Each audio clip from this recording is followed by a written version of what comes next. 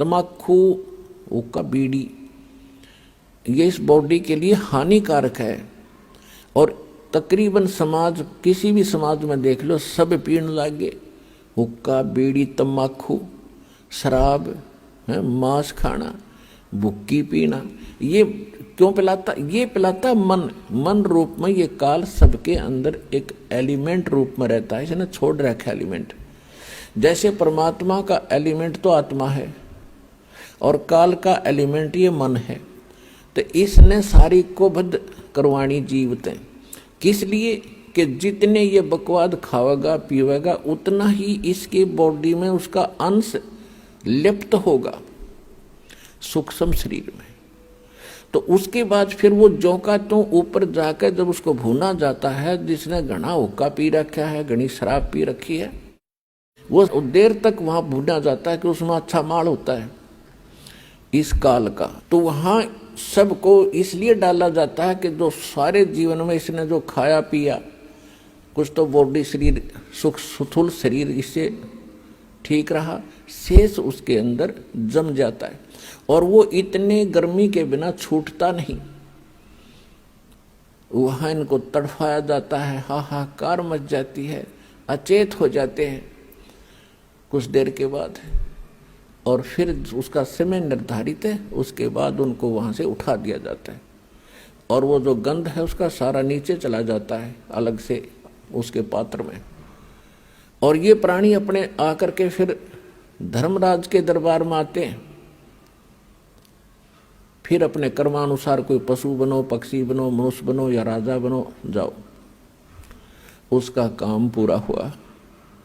तो परमात्मा कहते हैं जहां ये तपस्या पर भूनने जा रहे थे प्राणी धर्मदास, में वहां आके खड़ा हो गया। इनका बुरा हाल हो रहा था, रो रहे थे।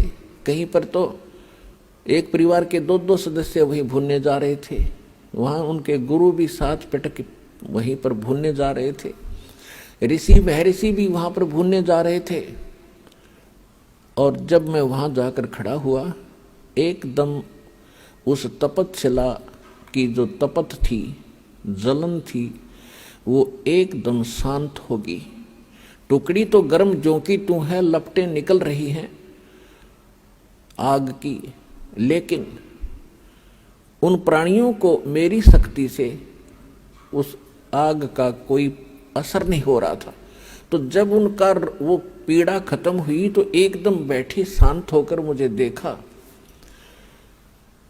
तो परमात्मा के उस शीतल चंद्रमा जैसे शीतल चेहरे को देखकर वो सभी ये समझ गए कि शायद ये भगवान है। तो उन्होंने कहा कि हे परमात्मा, हम यहाँ पर कौन से कर्म का दंड भोग रहे हैं? तो परमेश्वर ने कहा कबीर जी ने कि बेटा, ये तुम्हारा इस लोक का दंड नहीं, ये तुमने सतलोक में गलती करी थी।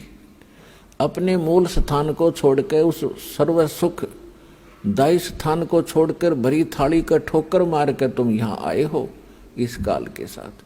परमात्मा ने उनको कुछ ही समय में सारी सृष्टि रचना बताई सुनाई। तो सभी को वहां तो तुरंत समझ में आ गई, क्योंकि यहाँ तो अपलातून पाक रहे हम। एक छोटा सा कोई जॉब हो जा, अधिकारी बन जावे, छोटी सी कोई 10-20 एकड़ जमीन हो जाए, हम सुनते ही नहीं किसी की, अकनौ किसी ने देखा। वहां तो सारा सपट दिख रहा था कि जिस धन को अपना मान रहे थे, जिस घर को अपना मान रहे थे, जिस परिवार को अपना मान रहे थे, वो हमारे साथ नहीं आया। तो वहां तक अकल ठिकाने आ गई थी उनकी। और यहाँ अकल ठिकाने लाने के लिए इतने सत्संग करने पड़ते हैं, इतने प्रमाण देने पड़ते हैं कि तुम गलत स्थान पर पड़े हो, ये लोग तुम्हारा नहीं है, तुम्हारे साथ धोखा हो रहा। और तब भी शीघ्र सी ठिकाने अकल नहीं आती, क्योंकि हमारे ऊपर प्रेशर इतना है।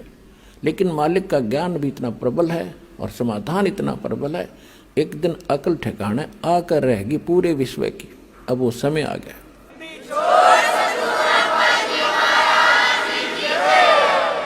तो सभी ने करबद्ध होकर कहा, परमात्मा हमें छुड़वा लो इस गंदे लोक से। तो परमेश्वर ने कहा कि भी ऐसे नहीं होगा। जिस समय आपको पृथ्वी लोक पर मानव शरीर प्राप्त हो, स्त्री या पुरुष का, और वहां मेरा कोई भूला भटका कोई संत तुझे मिल जा, मेरे इस ज्ञान को बताने वाला जो मैं तुम्हें बता रहा हूं, ये याद रखना। उसकी शरण में चले जाना, वो जो विधि बताओगा भक्ति की, वो भक्ति करना बेटा। फिर तुम्हें वहां भी सुखी करूंगा, और फिर तुम इस तपस्या पर नहीं आओगे, बाईपास ले जाऊंगा, तुम वो भक्ति करना। तो वहां तो सभी हां भर रहे थे कि कान पकड़ते हैं भगवान, आज के बाद इस काल का नाम नहीं जाप करेंगे, हम इसने याद भी नहीं करेंगे, हम आपकी भक्ति करेंगे। हमने तो भगवान जान के और इस काल की पूजा की दाता। आज अकल खुली हमारी, और अब के मनुष्य जीवन मिलेगा तो हम वही भक्ति करेंगे जिससे आपकी प्राप्ति हो। तो परमात्मा ने कहा भाई ठीक है, याद रखना इस बात को बच्चों, भूलना नहीं। और तुम वहां ऋषि बैठे थे, जो गुरु बैठे थे, वो निराकार बताया करते थे ब्रह्म को।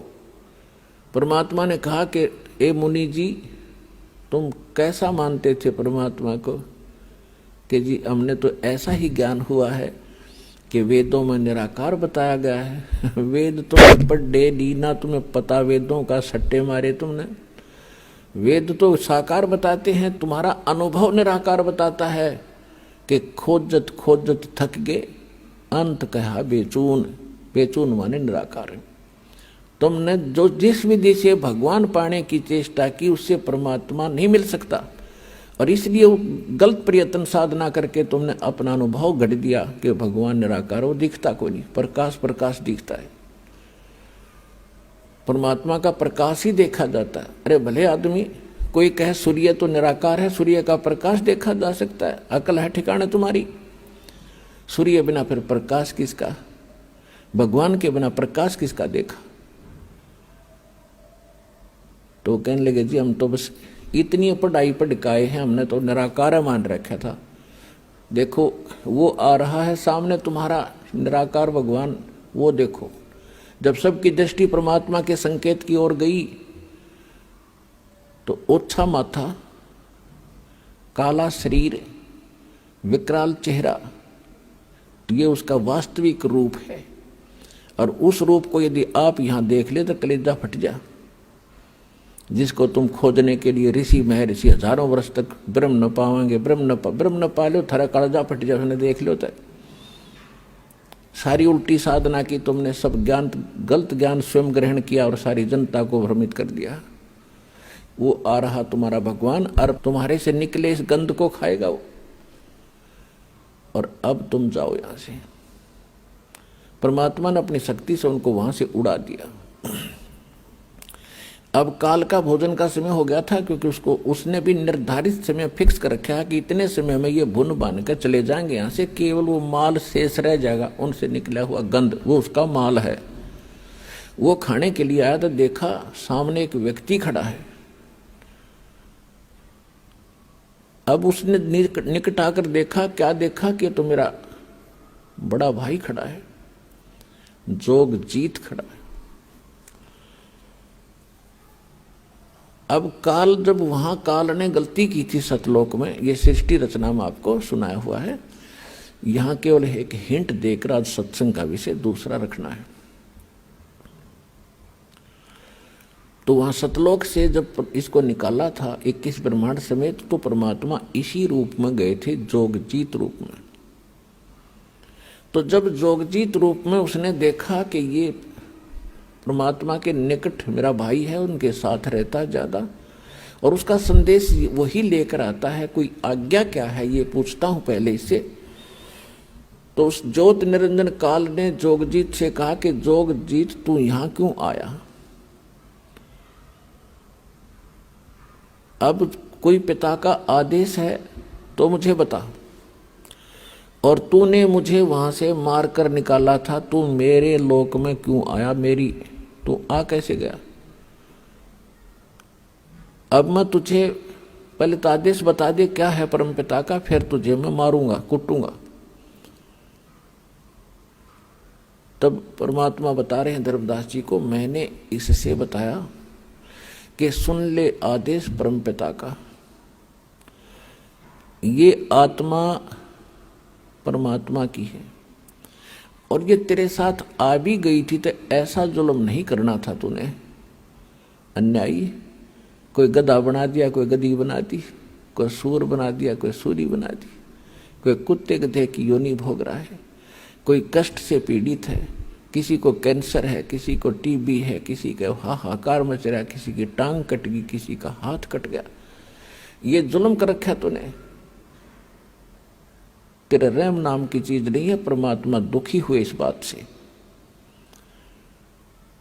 तो वो कहता है कि मैं तो सत का राज करता हूं, जो जैसा कर्म करता है उसका वैसा ही फल देता हूं। भगवान का आदेश है मेरे को कि सत का राज करना, किसी अन्याय ना करना। परमात्मा बोले कि मुझे मालूम है तू जैसा सत का राज करता है। ये मन रूप में तू खुद विद्वान है, सारे उल्टे काम कराता है आत्मा से, और जब आत्मा सजा भोगती है तू भाग जाता है। कबीर साहब कहते मन के मते ना चालिए, मन है पक्का दूत, ले डूबे दरिया में फिर जावे हाथ से छूट। करवा के कुकर्म आत्मा दंड भोग रही है, कोई गलती करवा देता है, इसकी पिटाई हो रही है, मन एक तरफ बैठ जाता, आत्मा रो रही होती है। गधा बनवा के छोड़ देता है उल्टे काम करवा के।